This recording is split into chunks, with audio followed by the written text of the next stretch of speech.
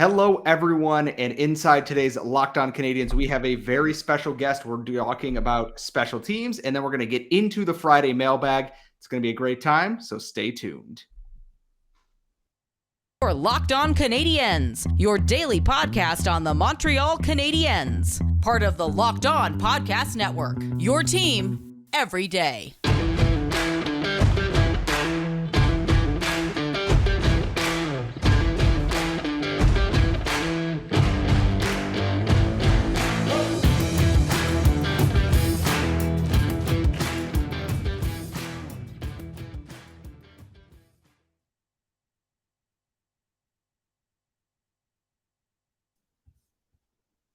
Hello, everyone, and welcome to episode 610 of Locked On Canadiens. I am one of your hosts. I am Scott Matla, and as always, I am joined by the active stick, Laura Saba. And Laura, it's Friday when you're listening to this. We're recording this Thursday night, as we always do.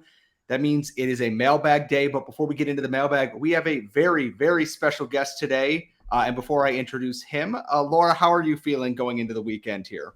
I'm really excited. It's a beautiful day in Montreal. The forecast is gorgeous. And I'm really excited about our guest because we know him as somebody who makes jokes on Twitter. But from the very first time that we had what you're going to plug right now, I was like, oh my God, this guy's a hockey nerd. We have to have him on the podcast. And I'm so excited for the listeners to hear you talk about hockey.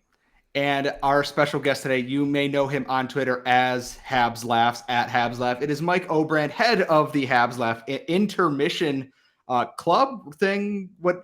Mike, I'll let you do your own introduction here. How are we doing today? I'll take it from here. We're doing well, really well. Thanks so much for having me on to the both of you. Really is a pleasure. Fan of the show. Been watching for as long as it's been a thing. So excited to be here. Thanks so much for having me. Yeah, Habs Labs Intermission Club. Most games during the second intermission on Twitter Spaces. So see you guys next season. Yeah. So we're just going to dive right into this because Laura and I have both been guests during the intermission club there with a varying number of things to talk about. And one of the biggest things that we've all kind of harped on this entire season and the season before that and the season before that and the season before that ad nauseum until like 2007 or before that maybe is the Canadian special teams are not very special all of the time. And we know that Martin St. Louis is bringing Luke Richardson back. He's bringing Alex Burrows back. He has faith in these guys to figure it out. And the strange part is we saw the Canadiens penalty kill in the playoffs be almost historically great throughout every single round. Even against Tampa, they gave up goals, but were still very good. And Mike, someone who sees the game like you do is, can the Canadiens actually make their special teams feel special again, even if they're not elite, but like, I don't know, league average might actually help a lot in this upcoming rebuild? League average would be fantastic. I mean, the answer is yes, they theoretically can do that. It's a great topic because, there's always either it's going great and you're picking apart the fun stuff, or it's going poorly and you're picking apart the not so fun stuff. And with the Habs, it's, I remember vividly when the Habs had the best power play consistently in the league. They had the weapons and they had the strategy and they had options, right? And that's what they do not have now, right? They just do not have the options, whether it's strategically or player-wise, to be dangerous consistently on the power play. We've seen glimpses of the perfect play, of everything going right, the defensive breakdown, a good bounce, but you're not seeing consistent control. You're not seeing consistent confidence on the power play, and that 100% comes from probably 50-50 of coaching and player, right? So 100% divided by 2, and those two factors, 50%. The key thing for me is, I'm watching the games and you're, really seeing the lack of success over and over and over again. Comes from a few different things: where they're putting their players, so how are you strategically using the weapons that you have, and what the overall theme of the power play is. So the thing that, when you let me know that we were talking about special teams, the first thing that came to mind is what their philosophy is with Cole Caufield moving forward. He is, 21 years old. He is an elite shooter. He's proven that he can score at every level, including the NHL. He's going to be your power play guy. And he's had some success, but you also see them trying to kind of force him into a role that's just like, I don't know, man. And that rolls the bumper, right? So you see him kind of setting himself. They put him on the bumper in the bumper position, and if fans don't know what that is, it's like kind of the middle slot, kind of in between the net and the point, where you kind of want to feed everything through him, right? So it's a misdirection pass, it's a one-timer, it's a pass that leads to a setup. There's a lot of options in that bumper. And they tried to do it with USA Hockey. And actually, Scott, I remember you vividly being just furious about them doing this when he was on Team USA. Yeah, and they're trying to recreate it because who has a lot of success as a bumper player in the National Hockey League? Brayden Point. And I remember them saying, we want him to be our Brayden Point on the power play and whatever it is. I understand why they want to put him there, because if Caufield has the puck with any amount of time and space in the slot, he has every single hole that he can pick from on the goalie, right? He's looking the goalie straight on. He hasn't had a clean shot. I have never seen him get a clean shot off, right? So when he's not having that success, and when you're using him as a focal point, they aren't using the players around him as decoy. They're not using Caufield as a decoy to take advantage of the players around him, and that to me is troubling. Because if you're trying to force everything to Caufield in the middle, and you're not using, and teams are adjusting to that, and they are, because they respect his shot already, they're not taking advantage of everything else going on. That is a concerning thing to me. That leads me to believe that we're kind of going in for more of the same. And it's funny is that when Shea Weber was playing and not about to be shipped off to Arizona for actually nothing more than likely, so much of the power play ran through him. Yes, he is an incredible weapon in there, and that he can shoot harder than any human being should be able to. And that in itself is a weapon, like Cole Caufield's shot, where you can put it wherever. But the minute that you shift everything into that person, and like you said, teams know that. There's no other person on the ice they have to respect. They know Suzuki is going to circle back and come off that half wall, and they're going to try and get it to Caufield. And then Caufield might pull back, and he might try to pass it to Mike Hoffman, who will promptly turn it over at the blue line. And it's lacking a creativity, and part of that comes from depth, because the second power play unit was Rem Pitlick, Josh Anderson, like Brendan Gallagher, and Christian Dvorak, all of whom have unique qualities that might work, but there's no threat there. It's like, okay, we just cover two guys on Caufield. No one else on the first unit's going to shoot because they're going to pass it, and no one on the second unit is a threat to score like that. And that lack of creativity, I think, comes from that lack of depth. But next year they have guys like Jesse Alonen who can come up and be a power play threat there. And just to kind of put a bow on all this, it feels like the options are there to fix this. And I think Martin St. Louis, with an entire preseason and stuff, not just having to jump feet first into a 6-foot pile of garbage, will help a whole lot with that. And off season. Yeah, that's exactly it. It's, are they going to add in the offseason? Are they not? Are they just going to promote guys within? What does someone like Joshua Watt do for this team, who scored in the preseason last year before he went on to lead the queue in scoring? We have so many questions. It is our Friday episode, and that means it's our Friday mailbag. And as always, if you want to tweet us at LO_Canadiens or LockedOnCanadiens at Gmail. We have not forgotten about Laura. She is going to be running the mailbag here. She has all the questions in front of her. We are not ignoring her. We will get into that coming up in 1 second. But first, if you have followed this show for as long as we've been around, there's been 610 episodes worth of it, you know that we love Built Bar on this show. And not only do we love Built Bar, we love Built Puffs, the first ever protein-infused marshmallow covered in chocolate. And there are flavors in Built Bar and Built Puff for everybody. They are low in calorie, low in sugar, low in net carbs, high in protein, everything you could want. They are great as a snack on the go. You need them in the morning. I take them hiking with me. They're great for after the gym. You get all the benefits of a protein bar, but it tastes and looks like a candy bar. Absolutely phenomenal stuff. And if you go to built.com, they are always adding new flavors, so you can always check them out and see what's new. So go there, put together your box of bars, use our promo code LOCKED15, and that's 15% off your order. So that's built.com. Promo code LOCKED15 for 15% off your next order. All right, so we are back with Mike Obrand at Habs Laughs. It is a very special Friday mailbag. We love doing these, and it's not often that we actually have guests on to do these. So Laura will have the honors of reading the questions out for Mike to answer, and then I will throw in any thoughts as they pop into my brain. Laura, what do we have first in the mailbag today? This is a very professional operation. I've screenshotted all of the questions on my phone. But we are going to start with Paul G's question from YouTube. Thank you so much, Paul, because it kind of follows from what we were talking about in our first segment, which is question for the mailbag. Thoughts? Is it a coincidence that Caufield thrives with Drouin out of the lineup, or is there room for both? I believe that part of the problem under Ducharme was the decision to put Drouin on the number one power play instead of Caufield. You can't have Suzuki, Caufield, and Drouin on the power play, or can you? Also, I would like to see Ilonen play with Suzuki and Cole Caufield. You can. You absolutely can have all of them on there. Well, I mean, I don't think the denominator in that the problem was Jonathan Drouin and that Dominique Ducharme put Caufield on the second unit instead of Jonathan Drouin. I think the denominator to that is Dominique Ducharme could not coach Cole Caufield this regular season for whatever reason. After seeing what he did in the playoffs, he just couldn't figure it out.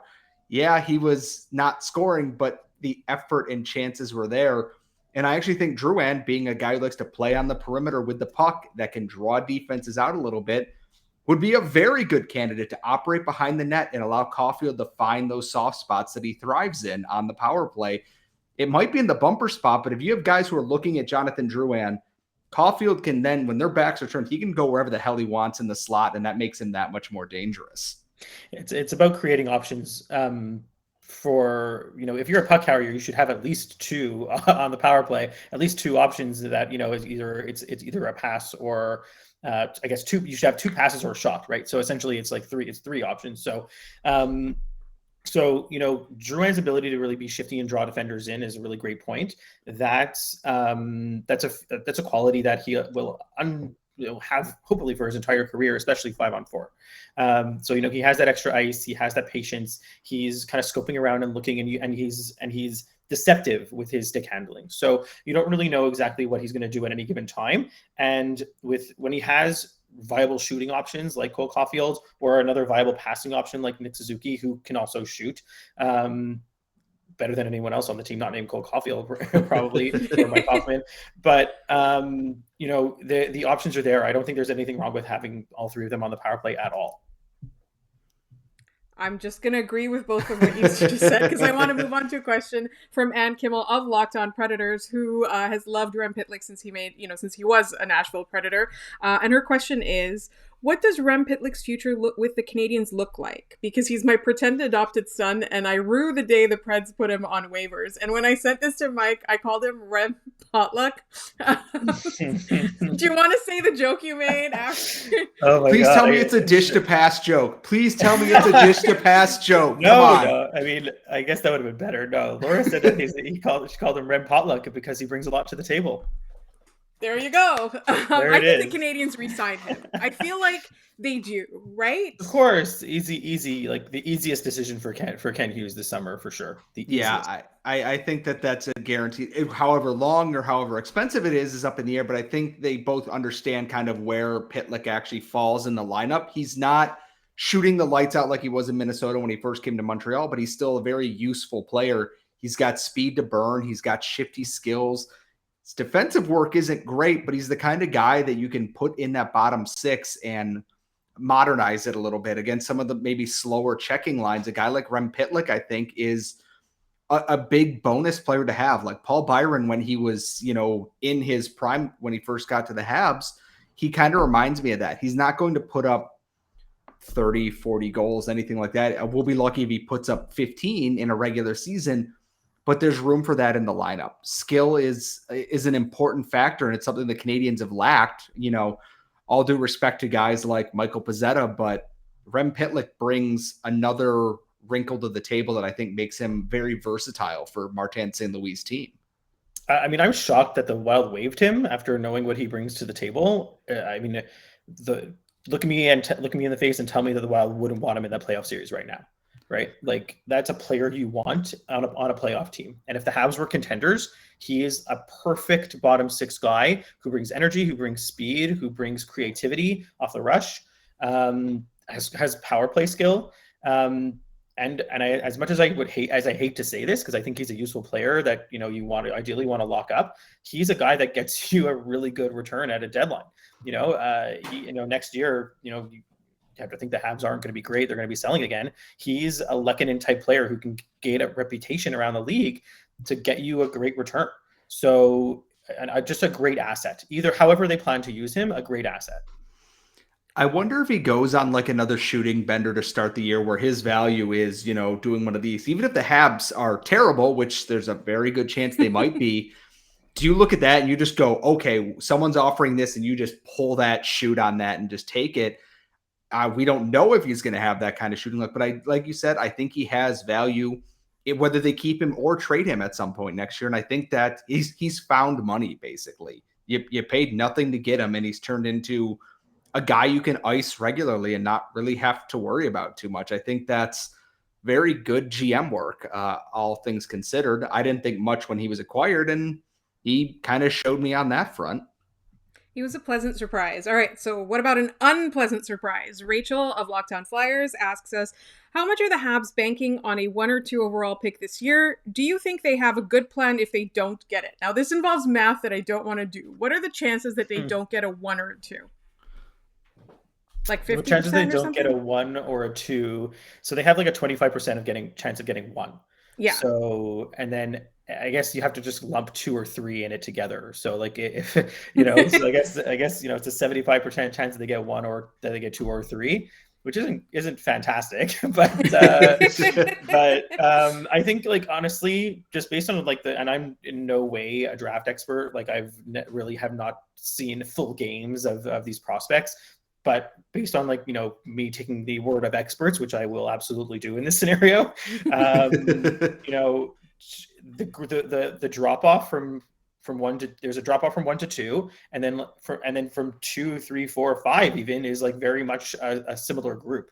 So them picking 2 or 3, it's a decision.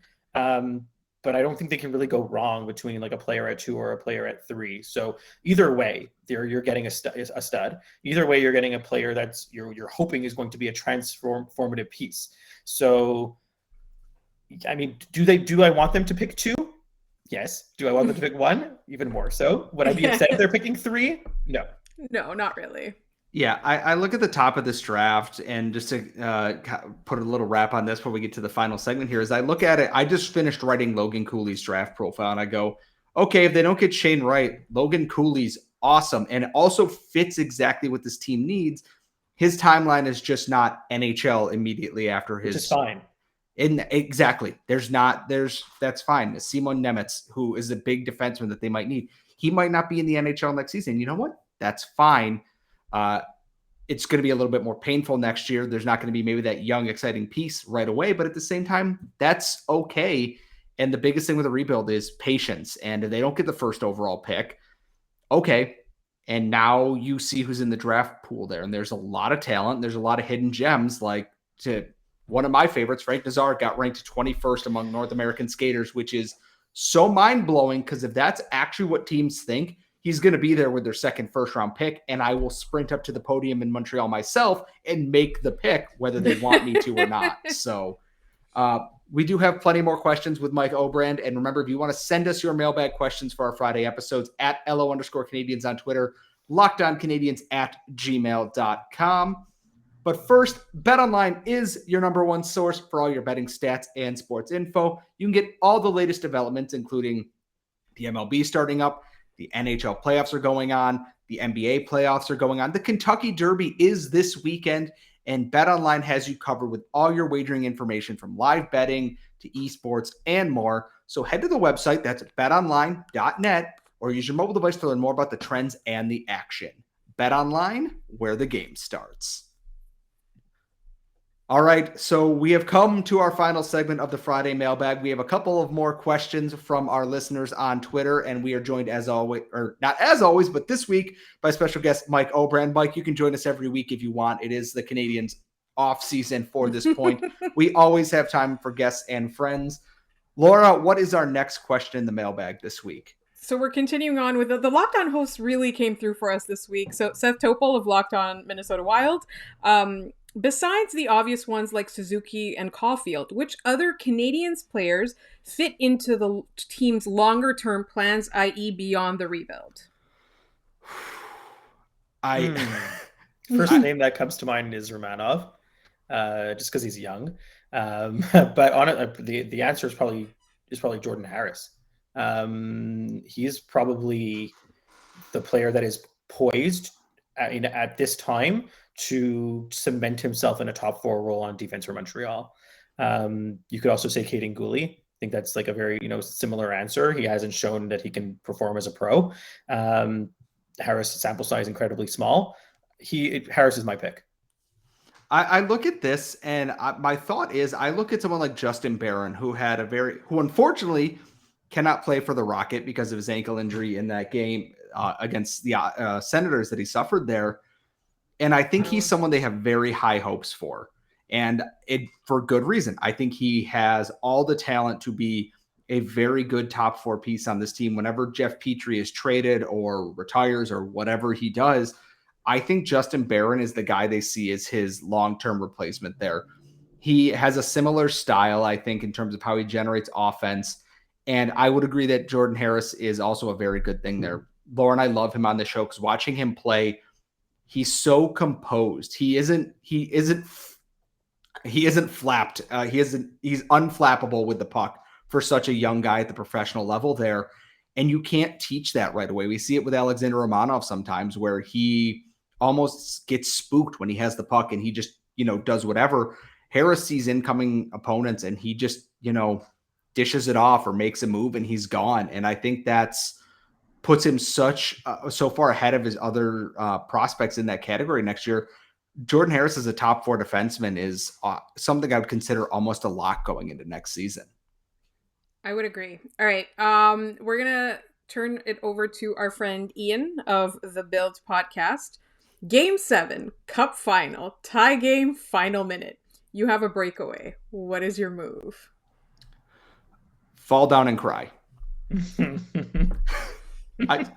I don't have moves. I skate like the Titanic into an iceberg. Like anyone who has seen me skate knows that Scott goes and stands in front of the net and hopes a puck hits him and goes in. Like I do not have moves at all. I am the Brendan Gallagher of my team. I just get hit by pucks and then go labor on the bench for a shift or two and get back out there and do it again. I'm just going to pass the puck to Cole Caufield wherever he is. I'm assuming I'm on the Habs. I'm assuming I'm on the same line as Cole Caufield. You have a breakaway is all you know. All right, I'm going to go with high and to the glove side because when in doubt, that's where you should probably shoot. It's just the book on every goalie is usually high into the glove side. So my go-to is I don't know what hold this is called in terms of like goalies, but in between the pad and the blocker, that is a go-to. It's like yeah. Hold on, I'm getting my Hold on, I'm gonna ask the next question. Speaking of goalies, Locked On Devils. Hypothetically, what's it going to take for us to get Carey Price off your hands? That is a non-starter. We do not want anything on the New Jersey Devils that you are willing to give up. So that's here's the thing right there. So yes, that is correct. However, since we know that he doesn't know that Carey Price might not even play next year, I will take Nico Hischier off your hands, and you can have or Jack Hughes, either one. And then if Carey Price plays, cool, have fun with $10.5 million, or he doesn't, and we still get one of your top centers, and the rebuild just steams ahead smoother than ever. So that it starts with Jack Hughes and more. So, all right, we've got 4 more questions. The first one is from JMC. How can Gorton and co. best use Laval for their renovation of the Habs? So renovation's a good one. I like it. It's probably translated from French, but I like it. Instead of rebuild, retool, we've been saying that all year. We can say renovation. I think what they've done with some of these guys who are waiver eligible that ended up playing a bigger role this year, they're the top line guys for the Rocket who you can call up and what you're going to get out of that there. And I think that helps insulate some of these younger guys like a Raphael Harvey-Pinard and a Jesse Ylonen, where they don't have to be carrying the team here. If they surround them with the right quality veterans, you get a good team like you had this year. Jean-Sebastien D, Xavier Ouellet, Alex Belzile continue to be those guys. Louis Belpedio played very well. There's going to be a lot of young defensemen next year, and you want to make sure that these players are insulated. We saw for years bad coaching, no matter what pieces you brought in, what talented youngsters you've had there. It doesn't matter if the coaching isn't up to snuff. You got to insulate it and have good coaching. And now I think they've got that. And it's all about striking that balance between having the right vets there and also making sure those young guys get the ice time they need to take that next step. I think the slogan really is like the AHL is a development league. So, Hughes and Gordon have just like been banging that development drum, and we're rehauling the development program of the Habs. They need to treat the Rocket as a development team. It just has not been that. Over the last 3 years, it's been better. Bouchard did some good work, and Hul's doing great work currently. And it's funny, you get a shiny new toy, you want to see it up with the Habs immediately. You want to see RHP, you want to see Alonen. Name me more players, right? Like that are viable on the Rocket this year as in terms of youth, like Schuneman, maybe Primo. You need to treat the Rocket as a pure development program, and you need more. They need more youth. They need more youth, and it's coming. Roy will probably be spring next year, just based on age. Same thing for Kidney, right? Just because they're too young. But Gooley, full season. I don't even want a sniff. You need maybe one or two games like here and there. Yeah, a couple injuries. But exactly. But treat the AHL as it's supposed to be treated. I want less veterans, honestly. I think they're too stacked with vets. But I agree, Scott. I mean, you need that mix. But right now, I think there's just like players that are just career AHLers that are just filling this team because there's nobody else to fill them right now. But it is coming. It is coming. And I think that's a good point, is that like we look at next year, you have Emil Heineman who's going to be there, who I don't think is going to be NHL ready right away. Caden Gooley's going to need a little seasoning. Matthias Norlinder, could use a little bit more seasoning. And that's not a bad thing. If they go down there and they prove after 10 games that they're too good for the AHL, you go, great, this is awesome. And if they go there and it's like, okay, well, maybe not yet, instead of just sending them up because they're the only people there, you let them keep playing. It's like you said. The last player that went like a full year and come out, and like it's Jake Evans, right? Jake Evans was like a full year, Paling too, full year. And it's going to be RHP. Like if you give them the time to become pros, get used to pro speed, get used to pro decision making, to the scheme of just being at this level of hockey consistently, it's going to happen under the right coaching and under the right patience. So you just need to treat it as a development program. I absolutely 100% agree with you. So we've got a couple more questions. Our friend Goalie Joy, this is kind of sarcastic because people keep making fun of like the idea that Crosby and Bergeron are coming to Montreal next year. Listen, you don't know, okay? Nobody knows. No. I mean, if I were them, I wouldn't come here, right? It's a rebuild. But still, her question is, since Crosby and Bergeron are coming to Montreal this summer, where would you put Suzuki in the lineup? All three on a line together. Just... and then no centers, like the Olympics. Yeah, it's just all three of them on a line. The other team doesn't get the puck at any point in time. Caufield can play defense, and they just run four forwards, and that's it. And then like put Joel Edmondson as the fifth player on the ice. No one gets to touch the puck, and they just score a bazillion goals. And then Ottawa gets to cry about it, and then Tim Stützle falls down. So that's what it's all about. I remember when Crosby signed that 8-year deal, we were all like, "Oh, 8 years! In 8 years, it's coming! It's coming! He's coming home of like it's not, instead of English soccer, it's Crosby's coming home. French Canadian hockey. Quebec. I mean, the answer to the question is Suzuki is your 1C, Crosby is your 2C, and Bergeron is your 4C behind Jake Evans. That's really man, you're gonna get so many Bruins fans mad at us. I'm so excited for the comments tomorrow. Oh God. So many angry Bruins fans. All right. And then Rock Smasha. Hey, Rock Smasha. Love your comments on Game Over. Hope you'll join us for our live show next week. With the uncertain nature of goaltending currently, do you think Montembeault gets an extension, likely for 1 year, in order to be an insurance policy? Worst case scenario is he gets waived to go to the AHL, or he gets moved similar to Hammond if everyone is healthy next year. So we talked about this a little bit yesterday. If they know Price isn't ready to go, they're gonna sign like an actual quality like guy, even if they're not great, like a Yarrow Halak, who can give you at least league-ish, average-ish goaltending. All due respect to Samuel Montembeault, who was put in an impossible situation this year, but I don't want to do that again. And I don't think I can watch him give up a 200-foot wrist shot and then turn into Dominic Hasek for the next 59 minutes, for another 40 games this season. It was always an adventure, but I really like him as a person, like he seems to have like this really jovial demeanor. In the post games, he's always very eloquent, and he's always like, he seems to have time for fans and things like that. He was put in an impossible position, but personally, I don't think the Canadiens will re-sign him. I think they'll go with Scott's route. Mike, what are your thoughts? I do think they will. Easy. Like, I think it's like an easy 1-year deal. There's nothing to lose. And if they lose into waivers, then they lose into waivers. I think they would be thrilled with a Montembeault Primo tandem in the AHL. I think Allen's going to finish out his contract in Montreal, maybe get moved to the deadline. And I think they're going to sign like another like 1B, 2A, like to just, if Price can't go. Yeah. All right, and we are at our final question. We kind of saved the most interesting discussion for last, and that comes from Andrew Berkshire of the Game Over podcast and the Crosscheck NHL show. Hughes and Gorton have hinted that they won't be shy about a UFA splash. Obviously, you don't want to cut the rebuild short. So who are your ideal UFAs this summer for one? Two UFAs, one a short-term 1 to 2 year deal, and one a long-term 5 to 7 year deal. Who do you target? I have to look this up again because like I've done this several times and I never quite know what to land on.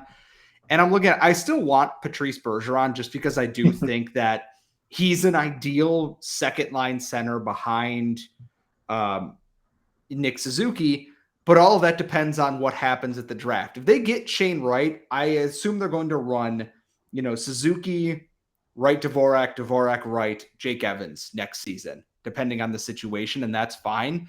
But I'm looking at this now, and I look at someone like Philip Forsberg, who's up for a contract and is a UFA, and I go, that seems really nice. Or even someone like Andre Palat, who can help fill out the wings a little bit. He's not the player he once was, but at the same time, they're missing quality NHL depth on some of those wings until Jesse Alonen and RHB are proven to be a regular everyday NHLer right now. And I think that they can be found for a halfway reasonable price if Hughes and Gorton go that route. I don't think they will go that route, but it's a really fun question. And actually, I think we were kind of going over this before, and Hughes did a hit on 690 and was like, I don't know if we're going with free agents, guys. Like, don't get your hopes up. But the answer undoubtedly is Philip Forsberg for a long term. He's like a Panarin, like when the Rangers were kind of still, what are we as a team? And they signed Panarin to a really long term deal, and he's a guy that you can wait for, like that will wait out your rebuild and still be great when you're ready to go. And that's what's happening with the Rangers right now. So he's still 27. He'll be 28 next year. If you think the Habs are going to be competitive 2-3 years from now, very, very viable for him to still be an impact player, while at the same time being with a Caufield and being with a Suzuki and being with your young guys who are hopefully going to take that next step. The fun name that you would sign for 1 to 2 years is Alex Radulov. That is, I would just love to see come back and just be a monster and be fun and just play out the rest of his career in Montreal, and he'll just be the content between him and Caufield would just be so unbelievably good on and off the ice. I look at another fun option here, and I look at someone like Phil Kessel that I just go, why the hell not? You're looking for another person on a scoring line between Caufield and Suzuki, and you go, why not Phil Kessel, who apparently has turned into a playmaker with 44 assists on the Arizona Coyotes, who were terrible. Who's scoring 44 goals? On the Arizona Coyotes. The ghost of Chris Pronger and Pavel Datsyuk, apparently. He has 8 goals, which is wild, and 44 assists, which, sure, it doesn't make any sense. There's a lot of actual quality names out there that I think they can go for, but Philip Forsberg is obviously the big fish here, and that's the guy you got to go for. I don't think they're going to get Nazem Kadri. He's going to be obscenely expensive after this season. I don't think they're going to get Johnny Gaudreau because he's going to be obscenely expensive. It's not the year for that. It's really not. It's just not the year for that. As much as it would be really, really nice, you're talking about you make like next year would like the 23-24 offseason would be the prime year, right? Yeah. That's what you really want. If cap friendly would work for me, a little clickaroo and see who's up at that. I mean, there's some significant names at the top of that list too. Let me take a look here on Sport Track. Patrick Kane, Jonathan Toews, Ryan O'Reilly, Vladimir Tarasenko, Max Pacioretty, Arkin, like David Pastrnak, Jonathan Huberdeau will be a free agent. Huberdeau is the fun one. Yeah, Huberdeau is the fun one. Like one more year after this one. So that's like if Florida can't get it done, he's probably thinking, where's my career going, right? Yeah. And Laura, that wraps up everything in the mailbag, correct? It does. This episode was even more fun than I anticipated it would be, and I really can't wait for our listeners to hear it. Yes. Mike, do you want to tell our fans, our fans and our listeners where they can find you on social media? You can find me at Habs Laughs, spelled like it sounds, spelled like you see it on the screen here, at Habs Laughs on Twitter. Just having some fun at the Habs expense and pretty much anyone else's expense. And really thank you guys both so much for having me on. It was a blast. And as always, you can follow the show at @LO_Canadiens on Twitter. Send us emails at lockedoncanadiens@gmail.com. You can subscribe to our show on YouTube. Please do that. If we hit 1,000, one of us is going to eat something disgusting. You can follow Laura at The Active Stick and myself at Scott Matla. When you're done checking us out, please check out Locked On NHL, where all of our local hosts have all the recaps and information you need going through the playoffs here. We will see you all next week.